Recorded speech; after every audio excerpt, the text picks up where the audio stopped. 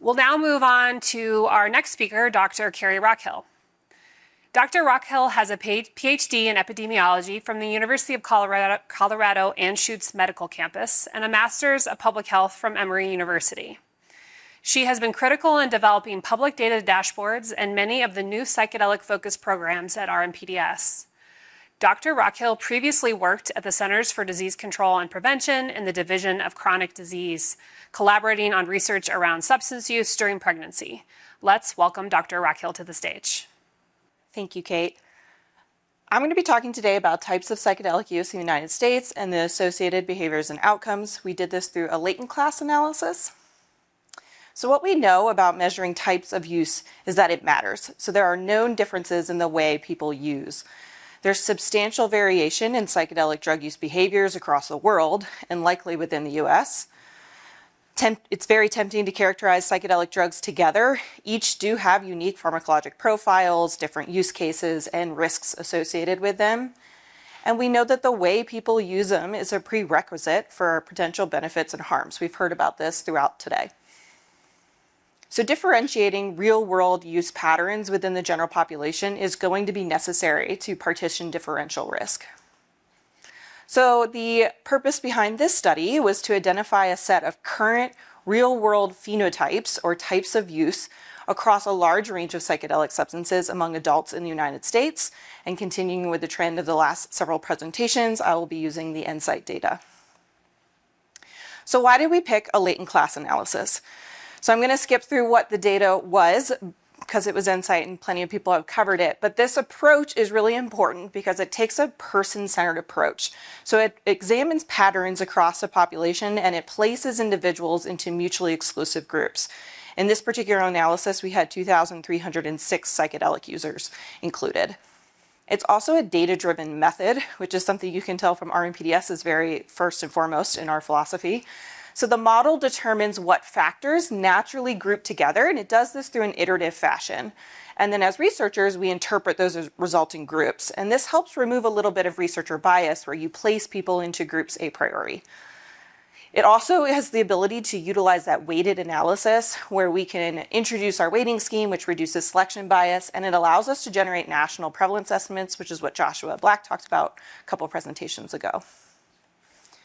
So what did we use in this model? So we put behaviors into the latent class model, and this will determine what types emerged. So we included what substance, why people used, how often people used, and did they co-use another substance with their psychedelic. So we included all of the substances that were included on the second quarter survey, our very first pilot launch. For why, we included the reasons for use, as shown here, which we've talked about a little bit today. For how often, we split this into once in the last year, several times in the last year, and then we combined monthly, weekly, or daily use. And then we explored if they used a psychedelic in the last year at the same time as alcohol, cannabis, or another psychedelic. The ways these models work is they iterate across these factors, and based on different fit statistics, they combine like factors and reduce the number of classes or types of behaviors observed. So inside these boxes, you will see some of the behaviors that naturally grouped together based on this data-driven method. So for example, fun, enjoyment, to enhance sex, or curiosity, all grouped together, and that's what I would call, quote, recreational use. So these behaviors form the observed latent class types, and I'm going to describe those types that we observed. From there, we then explored who belongs to these types, the characteristics of the people belonging to them, the settings, so what places and who are they with when they're using these substances, and what kind of health outcomes do they have. So the mental health profiles, the perceived benefits, and their risks. So what did we find? We found 5 types of psychedelic use, and I'm going to walk through each one of these, and you can see that there are different sizes to these 5 groups. Part of the researcher's job is to assign a name to these classes. So just be aware that the naming is meant to jog a memory of what the class is describing. It is not meant to be an all-inclusive term for what is described under each of these use types. So the largest one, at 30% of all psychedelic users in the last year, is what we called indiscriminate psychedelic use. So this was defined by indiscriminate drug preference. So in the last year, this was led by use of psilocybin, MDMA, LSD, DMT, 2CB, and the entheogens. We also saw indiscriminate reasons. So that means there were multiple reasons being endorsed for why they used this drug or drugs. And it was led by that recreational and the self-improvement categories. These are also frequent use patterns. So these are people who reported using monthly or more often. And we saw pretty high co-use with both cannabis and alcohol. 24.1% of all psychedelic users is what we deemed the recreational experimentation group. So this was largely led by MDMA, LSD, DMT, and 2CB, and they were predominantly using for recreational reasons. The caveat here is that this was infrequent use. So these were people who used one time or maybe several times in the last year, and we saw minimal co-use with other substances. So they were largely using these alone. 19.7% was what we call traditional entheogen use. Nearly all of these were endorsed in the category we called entheogens. So salvia, ibogaine, San Pedro, peyote, 5-MeO-DMT was in this group, and ayahuasca. Again, predominantly people were reporting use for recreational reasons, and this was a large range in frequency. So we did have some folks who were reporting only doing this once, all the way up to daily use. And we saw minimal co-use with alcohol. Next, we saw the infrequent psilocybin use at 18.3%. Given that psilocybin is the most common single substance, as Kate showed earlier, it's unsurprising that this group kind of isolated as its own, but it was predominantly being used for recreational reasons, and a defining feature was infrequent use. So these are folks who used one time or several times in the last year, and we saw moderate co-use with cannabis and minimal co-use with alcohol. Finally, the smallest group, at only 7.8%, we called the medically driven improvement. So this was led by ketamine and esketamine, with small endorsements around psilocybin and MDMA. This is the group that was predominantly using to treat a medical condition, and they were reporting more frequent use, so monthly or more often.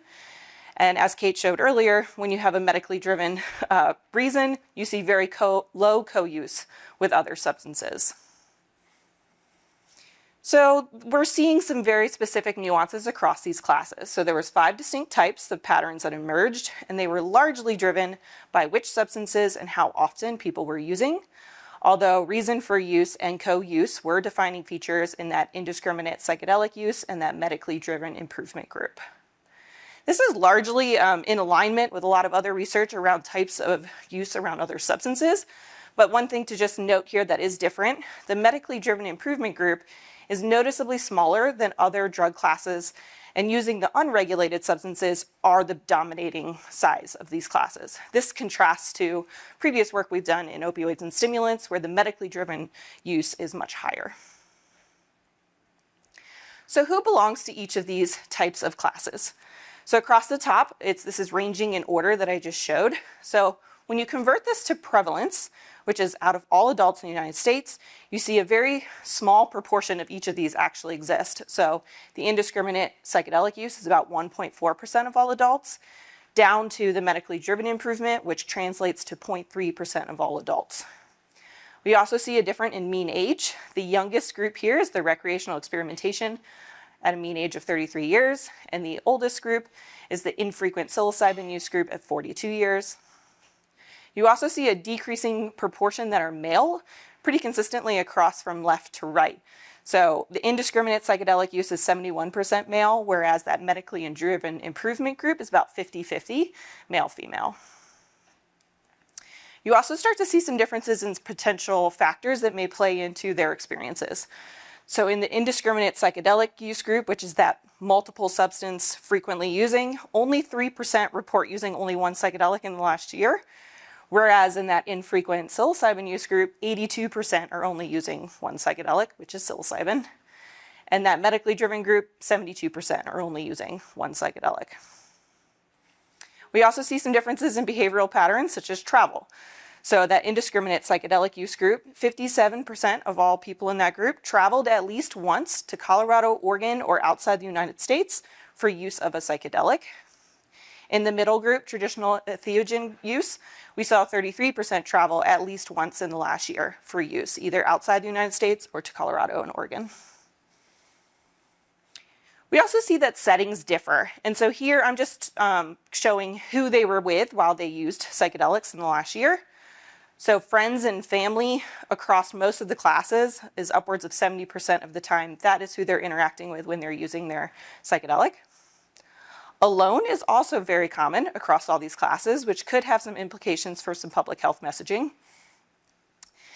And then if you look at people who were interacting with a trained facilitator or healthcare provider or a spiritual guide or tribal leader, those two start to have higher proportions when you look at the infrequent psilocybin use and the medically driven improvement. So next, I'm just going to touch on some weights across the risks and the benefits. So this on the right is called a spider plot. The way you read it is the innermost circle would be 0% or proportion of that group reports a behavior. And as you go out wider, 100% of that group would report that behavior. So starting at the top at 12 o'clock and moving counterclockwise, we have health improvement, self-perceived health improvement, physical health improvement, and personal growth. For the mental health profiles, these are validated scales for overall well-being, a substance use disorder, the moderate to severe depression based on the PHQ-9, moderate to severe anxiety based on the GAD-7, and then we have self-report of going to an ED or urgent care because of psychedelic use in the last year. So starting with the widest, the purple group, the indiscriminate psychedelic use, proportionally we see that they are reporting the highest self-perceived improvements at 75% plus and personal growth at 83%. However, they also have the lowest well-being scores, the highest rates of substance use disorders at 65%, and the highest depression symptomatology and the highest anxiety symptomatology of all the groups. They also have 2 to 10 times higher rates compared to the other classes of seeking acute care at least once in the last year due to psychedelic use at 54%. Given this profile is a polysubstance and concomitant use group, this is not that surprising. When we look at the 2 most inner circles, which is the recreational experimentation and the infrequent psilocybin use, we see a slightly different story. So similarly to each other, they have the lowest perceived benefits across the board. They're also the most infrequent users. Both of these groups report using once or maybe a couple times a year. They're kind of middle of the road for well-being. They have the lower substance use disorder rates, the lowest depression and symptoms and anxiety symptoms, 31 and 26% for depression and 21 and 18% for anxiety. And they also have very low report of seeking acute care. So only 10% among the recreational experimentation group and 4% of all infrequent psilocybin use. And then just to touch on one more circle, the medically driven improvement group. So while higher than those other 2 recreational groups I just showed, they're really not reaching the same benefits of self-report as the indiscriminate nor the traditional entheogen group. They have the lowest well-being, but they also have the near lowest rates of substance use disorders. And they're kind of higher in the depression symptomatology and anxiety symptomatology. This makes sense why they might be seeking care across these substances. They also have very low report of seeking acute care at only 11%. So what we're seeing here is that if you look at all psychedelic use as a group, you can mask some really important differences. So when you explore this differential risk-benefit ratio, we see the mental health differs by class. So evaluating mental health profiles among all users would really skew to these higher averages of mental health symptoms, which could be driven by that larger indiscriminate class. So it's important to be able to understand the nuance. The risk profiles also differ. So evaluating risks such as seeking acute care at an emergency department or an urgent care, if you look among all users or by a specific drug, you might lose the nuance of the behaviors where from this analysis, the care seems to be driven by co-use with other substances, particularly cannabis and alcohol, and polysubstance use profiles. The profiles we see with the largest risk-benefit ratio, so most self-reported benefit with the least risk in order, is the infrequent psilocybin group. Second would be the medically driven improvement group. And lastly, the recreational experimentation group.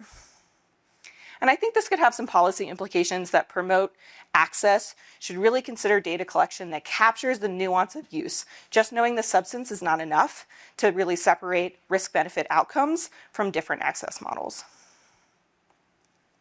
I also think there's some immediate opportunities for targeted education or risk reduction strategies. So the first one that showed up in these data is the risk of co-use with cannabis and likely other medications with potential serotonin toxicity or other outcomes could be really important. This would be particularly important to target the indiscriminate and the infrequent psilocybin use group who had the highest rates of concomitant use. Substance-specific messaging can also be really important. So campaigns like the Plan Before You Trip, or expected subjective experiences, or resources of what to do if negative symptoms arise could be really important, particularly around groups like the recreational experimentation who are using one substance at a time. I also think that there is still need for crisis management, so training and access to crisis management, peer support resources like poison centers, like Fireside, sensitivity training for first responders or healthcare providers, and friends and family, who are the most common people who are around folks when they're using psychedelics, could be interfacing with individuals during challenging experiences. This is particularly important for that indiscriminate psychedelic use group. And finally, we saw differences in setting. So resource dissemination, particularly in places that have preparatory or integration services, could be really important. And there's two groups that this seems to really show up in. So I'm going to speculate just for a second where I think the future of these classes might go. For the indiscriminate psychedelic use and the recreational experimentation, I believe these are likely to remain into the future. They may grow with reduced stigma and increased access, especially personal access. The traditional entheogens use group, this could differentiate across naturalistic medicine state programs or the expansion of retreat settings as travel becomes more accessible. Currently, this is largely recreational, but we will see if that continues into the future with those specific substances. The infrequent psilocybin use, I do think this, quote, recreational arm is likely to exist into the future and persist, but we could see this split into a new arm where the more medical applications of psilocybin may fit. And finally, the medically driven improvement group, I think this is where FDA-approved products will likely fit if and when they hit the market. And I do think state-regulated programs may fit if there's allowable treatment protocols and the frequency of access fits into this model, because these are folks that reported frequent use. So some of the strengths of the study is that we did have a large enough sample size to detect a multifactorial separation of psychedelic use behaviors. We could also generate prevalence of these different groups, and Insight really uses multiple bias mitigation techniques to kind of understand this nuance that Joshua described earlier. Some outstanding limitations this is a cross-sectional survey, so we can't determine the temporality of behavior in some of the outcomes, such as mental health symptomatology. And these data were collected before a large population uptake of the Colorado, Oregon state-regulated programs, which is why I'm speculating where those might fit into the future. So I just want to acknowledge Heather and Elizabeth, who were the biostatisticians who completed this analysis, Joshua and Andrew for the ongoing support of Insight, and the entire RMPDS operational team. Also our co-authors and collaborators at SAMHSA, Cameron, Joshua, and Sarah, and this is a publication in process at the moment. Thank you. Thank you, Dr. Rockhill. Really interesting information about the different populations of users and their risks and benefits. We have time for one question, and I will try to paraphrase this. Is there a way to know what individuals are only reporting use of the substances that they are looking to reduce substance use symptoms? That is, are they still being described as co-use? Yeah, so there is some data from the Global Psychedelic Survey that does show that people are seeking out psychedelics to reduce use of other substances. That has been published on. I do think that that is possible. I would likely think that that's not showing up as co-use of the two substances, but likely use of both substances within the last year at the same time. So this comes back to what is the best definition of polysubstance use that we talked about this morning. My personal opinion is probably not use at the same time, but overall, over the course of the year, you might see a decline in some use of some substances given psychedelic use. Thank you, Kari.